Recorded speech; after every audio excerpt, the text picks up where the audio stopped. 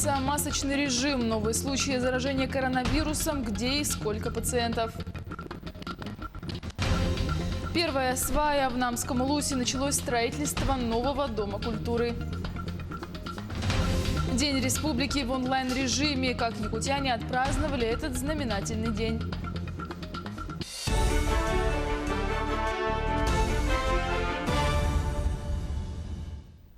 В эфире новости, в студии Юлия Великодная. 6 новых случаев заражения коронавирусом зафиксировано в Якутске, 1 в Хангаласском Улусе. Все случаи контактные с ранее заболевшими. Все они получают лечение в инфекционных стационарах. Круг контактов устанавливается для сдачи анализов. Всего в Якутии 120 пациентов проходят лечение от коронавируса в инфекционных стационарах. 3 из них в крайне тяжелом состоянии. 2 пациента подключены к аппарату ИВЛ.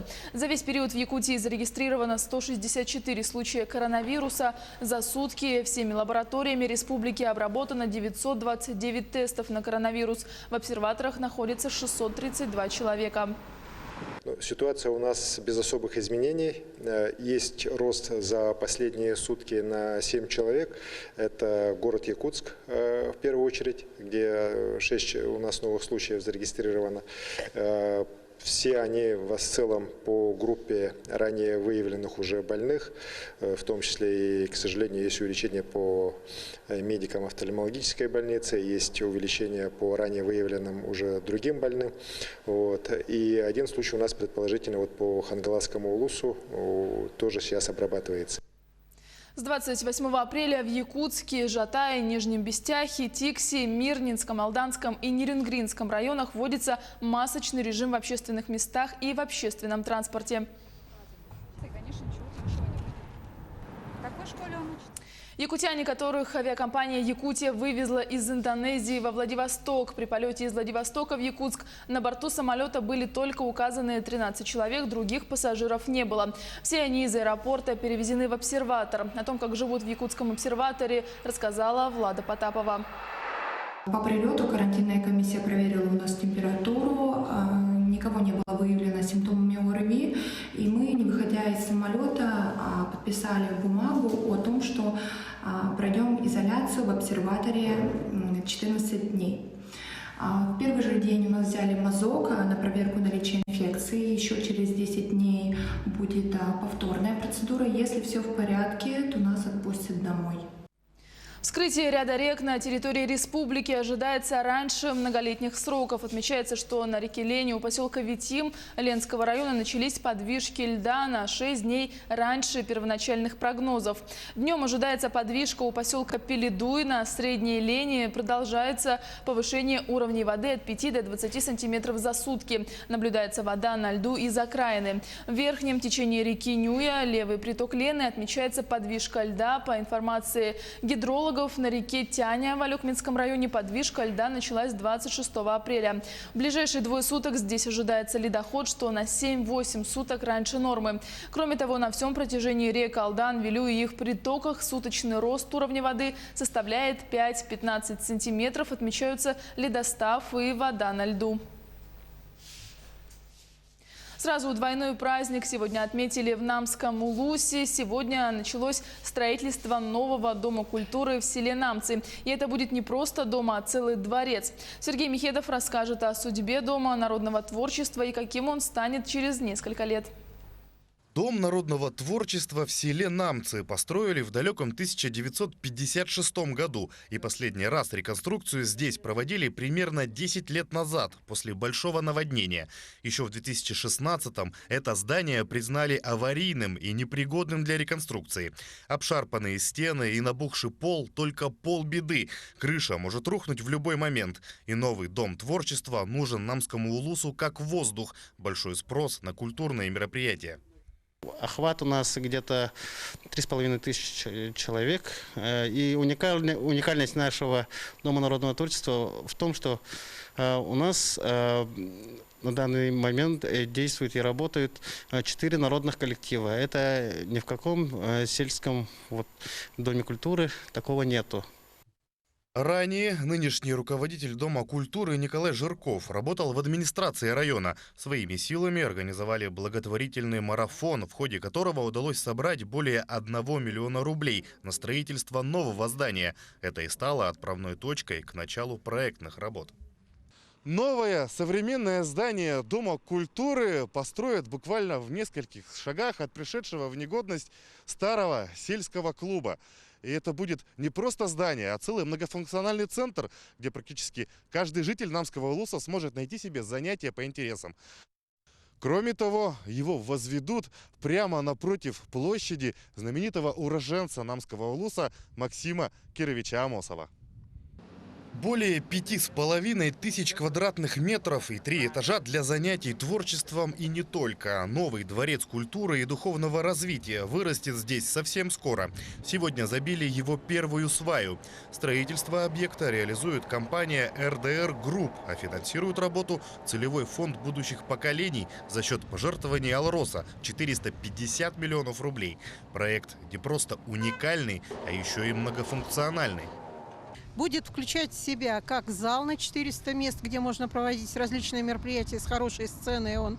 Кроме того, там будет библиотеки, будет выставка художественная, будет музей, будет ЗАГС. То есть он будет нести разные функции, и при этом я надеюсь, что он будет объединять людей.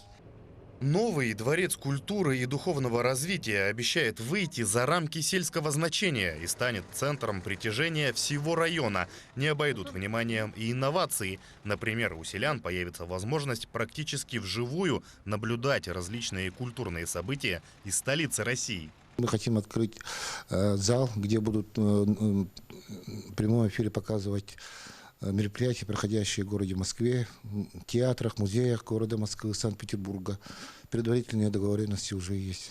Очень долгожданное событие. Многие поколения наших жителей ждали этого момента. Мы сегодня двойной праздник чувствуем, потому что все работники культуры и искусства нашего улуса, в том числе и я, как ветеран культуры, очень рада, что присутствую на этом празднике.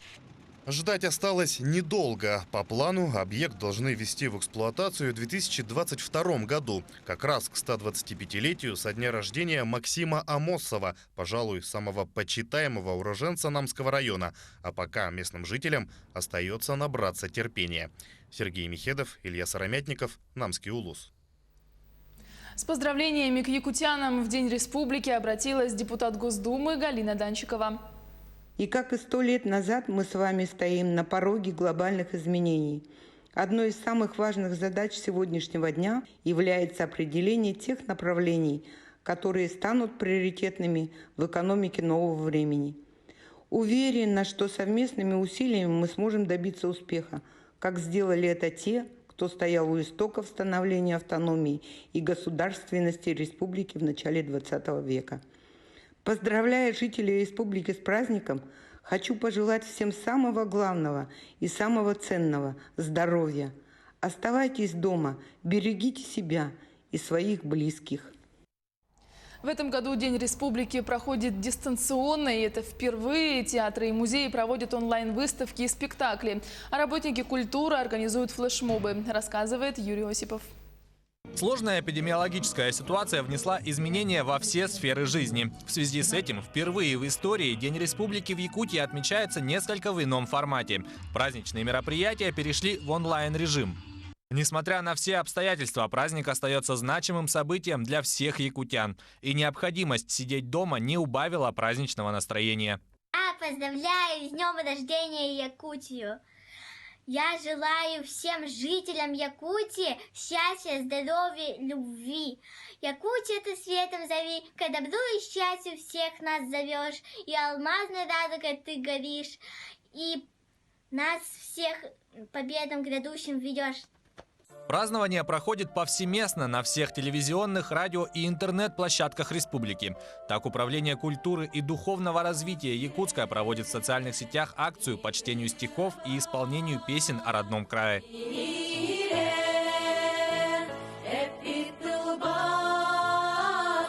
Также якутян призывают присоединиться в соцсетях к акции «Всем сердцем. Якутия с тобой». Участники в национальных костюмах виртуально передают друг другу флаг республики. К начинанию присоединились десятки людей по всей республике. Также множество людей объединила акция Национального художественного музея и центра Хамуса. Якутяне на национальном музыкальном инструменте исполняют гимн республики.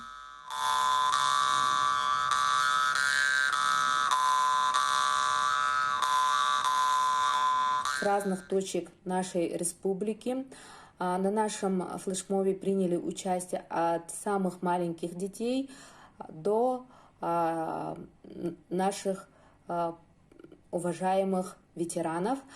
Приняли участие также именитые наши хомусисты. В этот день музеи и театры республики проводят онлайн-спектакли, концерты, выставки и даже экскурсии. Не выходя из дома, якутяне могут присоединиться к празднованию Дня республики.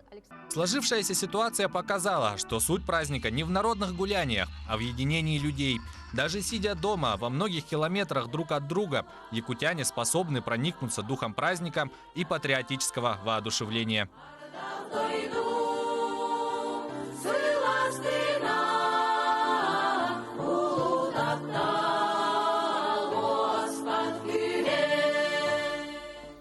Сегодня День республики отмечают и в Москве. Какие мероприятия запланированы в столице и в каком формате они пройдут, узнаем у нашего корреспондента Максима Кардозу. Максим, у вас вторая половина дня, и я уверена, все самое интересное впереди. Приветствую, Юлия. Я поздравляю всех, конечно же, с этим замечательным праздником. Сейчас мы находимся у здания Поспредства Якутии здесь, в Москве. И, конечно же, традиционно в этот день здесь с самого утра собираются наши земляки, якутяне. Потом они отправляются на кладбище в Коммунарку, где установлен памятник основателям государственности Якутии Амосову, Барахову, Аюнскому. Но, к сожалению, сегодня, в этом году, от этой традиции пришлось отказаться. Но все равно в Поспредстве приготовили огромное количество других мероприятий. И все они, конечно же, переместились в онлайн-формат. Давайте послушаем о них. В Москве объявлен режим повышенной готовности, поэтому есть ограничения на проведение крупных мероприятий. Поэтому, чтобы сберечь здоровье наших земляков, наших гостей, которых традиционно на этом мероприятии бывает достаточно много, мы решили провести торжественное собрание общественности в режиме онлайн с вещанием в нашей соцсети. Также через несколько часов начнется и онлайн-концерт. Свое выступление подарит якутянам тоже в соцсетях наш земляк, это Григорий Чернецов. Он сейчас живет и работает в Петербурге, в театре Мариинки. И вот со своими коллегами он приготовил такой подарок. Давайте послушаем тоже, что он говорит. 27 апреля, в День Якутии, мы с друзьями, артистами и солистами Мариинского театра приготовили для вас небольшую, но очень симпатичную музыкальную программу. Поэтому от всей души приглашаю вас в 16 часов по Москве подключиться к нашему прямому эфиру, где мы порадуем вас разными музыкальными композициями. Будем надеяться, что вы получите огромное удовольствие. Ну и чтобы все у нас у всех было хорошо. Ну и ни для кого не секрет, что якутяне сейчас участвуют во всевозможных флешмобах и публикуют в соцсетях фотографии с символикой нашей республики. Так что этот день, он все равно празднуется, хотя многие сидят дома. Юлия? Спасибо, Максим. Я напомню, это был наш корреспондент Максим Кардозу. Айсан Николаев выступит с обращением к жителям республики в честь праздника. Обращение начнется сегодня в 20 часов 15 минут по якутскому времени на телеканалах НВК «Саха» и «Якутия-24». В 20 часов 15 минут. На этом у меня все. Оставайтесь с нами. До встречи в эфире.